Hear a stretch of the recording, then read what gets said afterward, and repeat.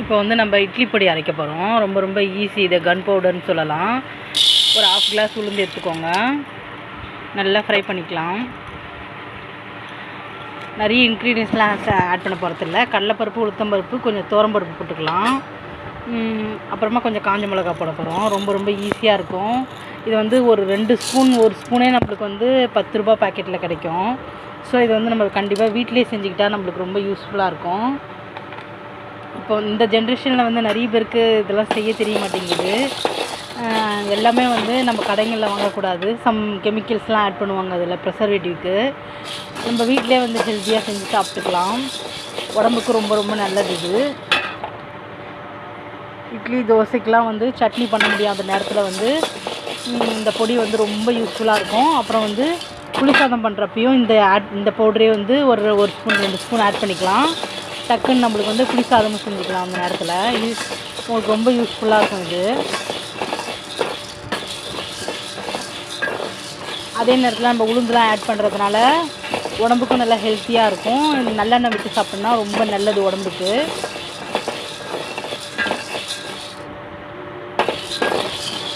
Some வெரைட்டிஸாக சாப்பிட்ணுன்னு ஆசைப்பட்றவங்க வந்து சாம்பார், சட்னி, இந்த பொடியும் வச்சோம்னா ரொம்ப சூப்பராக இருக்கும் சாப்பிட்றதுக்கு. நம்மளுக்கு பொடி வச்சோம்னா 2 இட்லி சேர்த்து சாப்பிட்லாம். தோசையும் சாப்பிட்ற மாதிரி இருக்கும், நல்லா பொறுன்னு தோசைக்கு.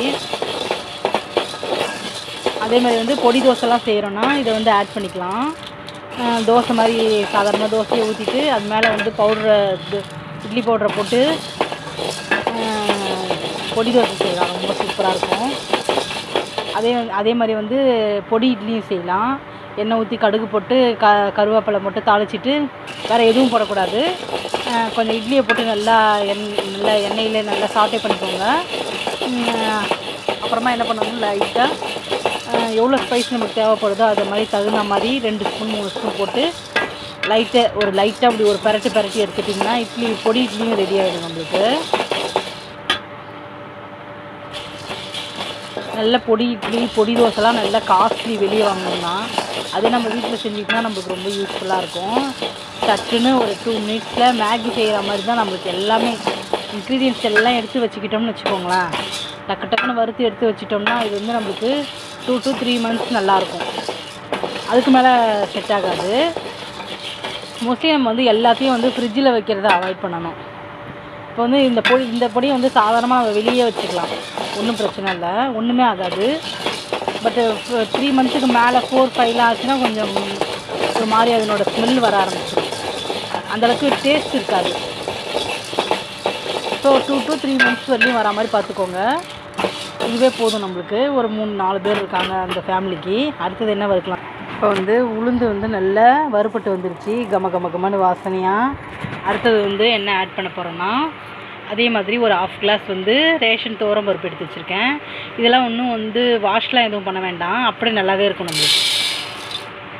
இது ஒரு 1/2 கிளாஸ் போட்டு வறுத்து எடுத்துக்கோங்க. லோ காஸ்ட்லேயே நம்ம செஞ்சிடலாம். ரொம்ப நல்லாயிருக்கும் நம்மளுக்கு. அடிக்கடி செஞ்சு வச்சுக்கிட்டோம்னாலும் அடிக்கடி செய்கிறவங்களும் இருப்பாங்க. நல்லா டேஸ்ட்டாக இருக்கும். கொஞ்சம் பல்காக செஞ்சு வச்சுக்கலாம், நம்மளோட விருப்பம்தான்.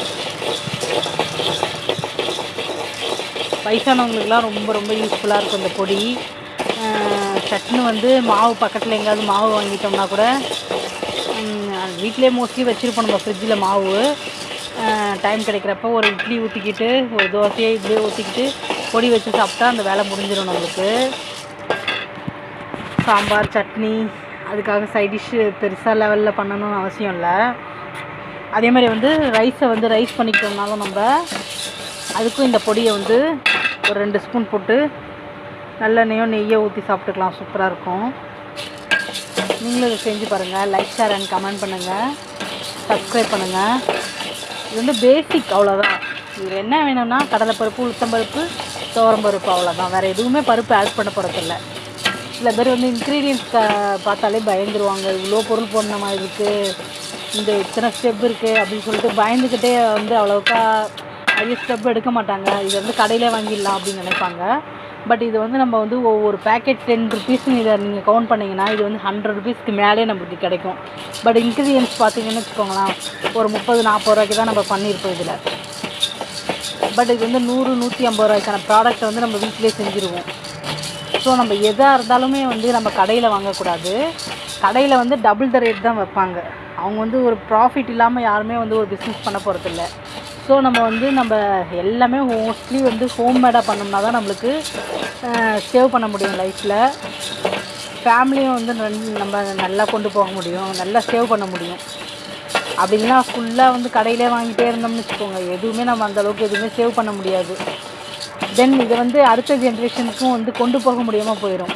ஸோ எல்லாமே கடையில் வாங்கிக்கலாம் அப்படின்னு அவங்க நினச்சிட்டாங்கன்னு வச்சுக்கோங்களேன், இதெல்லாம் செய்யவே மறந்துடுவாங்க. ஸோ நம்ம வந்து குழந்தைங்களுக்கு சின்ன வயசுலேருந்தே வந்து இதெல்லாம் நம்மளே செஞ்சு கொடுத்து நம்ம அடுத்தது அவங்களுக்கு வந்து இதை வந்து ப்ரொமோட் பண்ணி விடணும், இதை மாதிரிலாம் செய்யணும் அப்படின்ட்டு. எதுவுமே செய்ய தெரியாமல் இருந்துடக்கூடாது அவங்க லைஃப்பில், எல்லாமே கற்றுக்கணும்.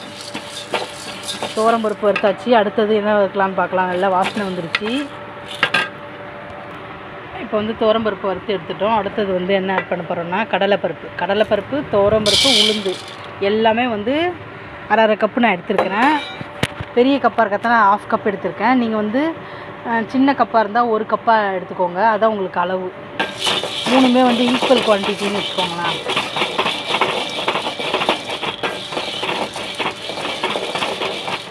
ஆனால் சட்டுன்னு வந்து கருகிடும், நம்ம வந்து பார்த்துட்டே இருக்கணும், டக்குன்னு எடுத்துடணும், அதெல்லாம் கருகிடும் நம்மளுக்கு.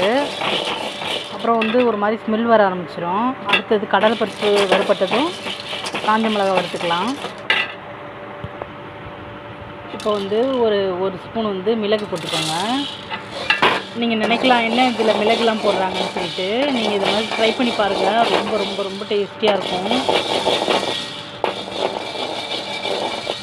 ஆர்டினரியாக அரைச்சோம்னா ரொம்ப மைல்டாக இருக்கும், ஒன்றுமே இருக்காது, அதில் சல்லுன்னு இருக்கும். சம்திங் டிஃப்ரெண்ட்டாக இதெல்லாம் போட்டோம்னா நல்லா டேஸ்ட் எடுத்து கொடுக்கும் உங்களுக்கு. இதெல்லாம் டேஸ்ட் மேக்கர். மிளகு போட்டோமா, அடுத்தது என்ன பண்ணணும், கொஞ்சமாக ஒரு 2 ஸ்பூன் அளவுக்கு எள்ளு ஆட் பண்ணிக்கலாம். எள்ளும் நல்லாயிருக்கும் டேஸ்ட்டு. எல்லாமே வந்து வீட்டில் இருக்க பொருள் தான் நம்ம ஆட் பண்ணுறோம். கடைகளில் மட்டும் என்ன இவ்வளோ டேஸ்ட்டாக இருக்குன்னு நம்ம நினைப்போம், அவங்க வந்து இதெல்லாம் ஆட் பண்ணுவாங்க. ஒரு 2 ஸ்பூன் அளவுக்கு எள்ளு ஆட் பண்ணிக்கோங்க, அவ்வளோ டேஸ்ட்டாக இருக்கும். நம்மளுக்கு வந்து அயன் கண்டென்ட்டும் நம்மளுக்கு கிடைக்கும் இதில்.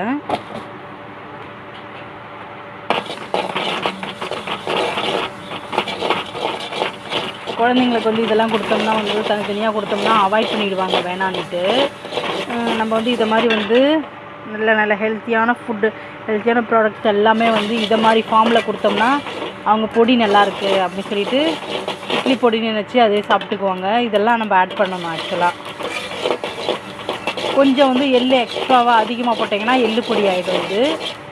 இதில் இந்த பொடி வச்சு நிறைய பிஸ்னஸ் பண்ணுறாங்க இல்லையா, நிறைய பூண்டு போட்டிங்கன்னா பூண்டு பொடி, கருவேப்பிலை நிறைய போட்டிங்கன்னா கருவேப்பிலை பொடி.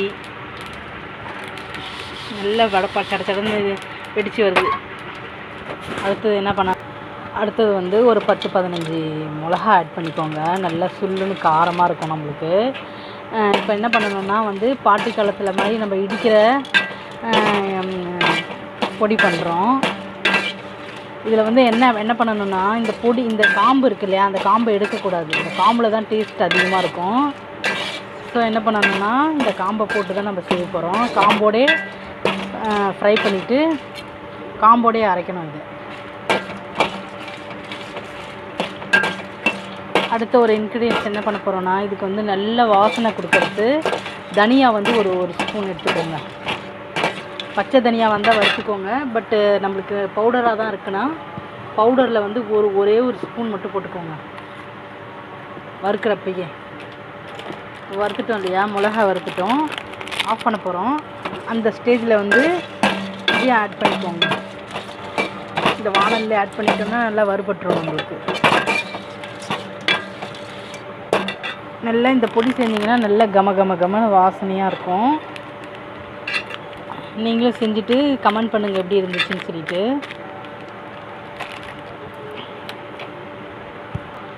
தனியா வந்து ஒரு ஸ்பூன் ஆட் பண்ணியிருக்கிறோம். நல்ல வாசனையாக வரும் நம்மளுக்கு. அப்படியே மிக்ஸி ஜாரில் போட்டு அரைக்க வேண்டியது தான். இப்போ வந்து லாஸ்ட்டாக வந்து பூண்டு எடுத்து வச்சுருக்கோம்.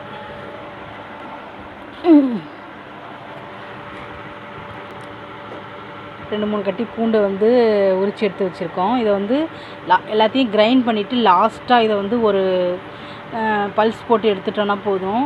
ஃபஸ்ட்டே போட வேண்டாம் பூண்டு. அவ்வளோதான், நம்மளுக்கு பூண்டு இட்லி பொடி ரெடி ஆகிடுச்சு. எப்படின்னு பார்க்கலாம் வாங்க.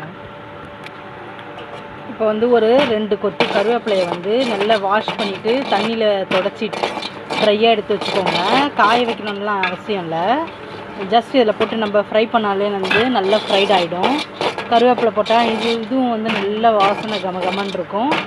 கருவேப்பிலலாம் வந்து நம்ம சமையலில் போடுறப்ப பசங்க வந்து எடுத்து வச்சுருவாங்க. இது மூலயமாவும் கொஞ்சம் நம்மளுக்கு நல்ல அயன் கண்டென்ட் கிடைக்கும். உங்களுக்கு கருவேப்பிலலாம் அதிகமாக போட்டு செஞ்சிங்கன்னா கருவேப்பிலை பொடி அதுதான். நம்ம வந்து சும்மா வாசனைக்காக ஒரு 2 கொத்து போட்டிருக்கோம். இது ஃபுல்லாத்தையும் எடுத்து உப்பு போட்டு கொஞ்சம் அரைச்சி எடுத்துட்டோம்னா நம்மளுக்கு வந்து இட்லி பொடி ரெடி ஆகிடும். இதில் வந்து ஒரு ஸ்பூன் வந்து பெருங்காயம் ஆட் பண்ணிக்கோங்க. அவ்வளோதான். ஸோ சிம்பிளான வந்து இட்லி பொடி எப்படின்னு நம்ம பார்த்துருக்கோம். எல்லாமே ப்ராக்டிஸ் பண்ண நம்மளுக்கு ரொம்ப ஈஸியாகிடும்.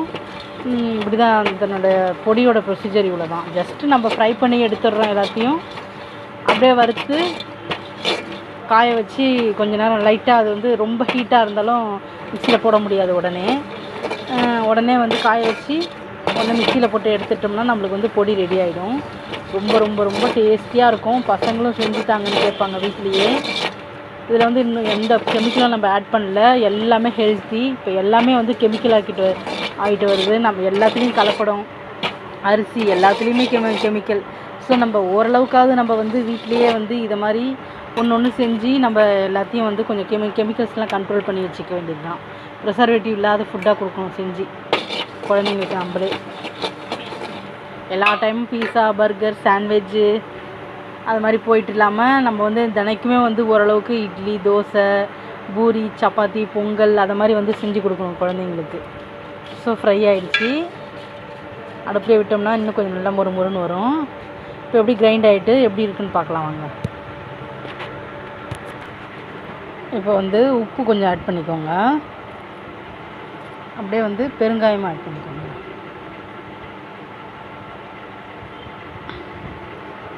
நல்ல வாசனையாக இருக்கும் கமகமன்னு. இப்போ வந்து நம்மளுக்கு பொடி ரெடி ஆகிடுச்சு. எல்லாத்தையும் போட்டு கிரைண்ட் பண்ணிட்டோம். லாஸ்ட்டாக வந்து இப்போ உப்பும் பெருங்காயம் போட்டிருக்கோம். இதை மறுபடியும் வந்து ஒரு லைட்டாக ஒரு பல்ஸ் கொடுத்து எடுத்துட்டிங்கன்னா இப்போ பொடி நம்மளுக்கு ரெடி ஆகிடுச்சு. கொஞ்சம் குறப்பாக இருந்தால் தான் நல்லாயிருக்கும் டேஸ்ட்டாக. நீங்களும் லைக் பண்ணுங்கள், ஷேர் பண்ணுங்கள், கமெண்ட் பண்ணுங்கள். இதை மாதிரி செஞ்சுக்கோங்க. இதை வந்து பிஸ்னஸாகவும் எடுத்து பண்ணலாம். இதுதான் இந்த பொடி. பாய்.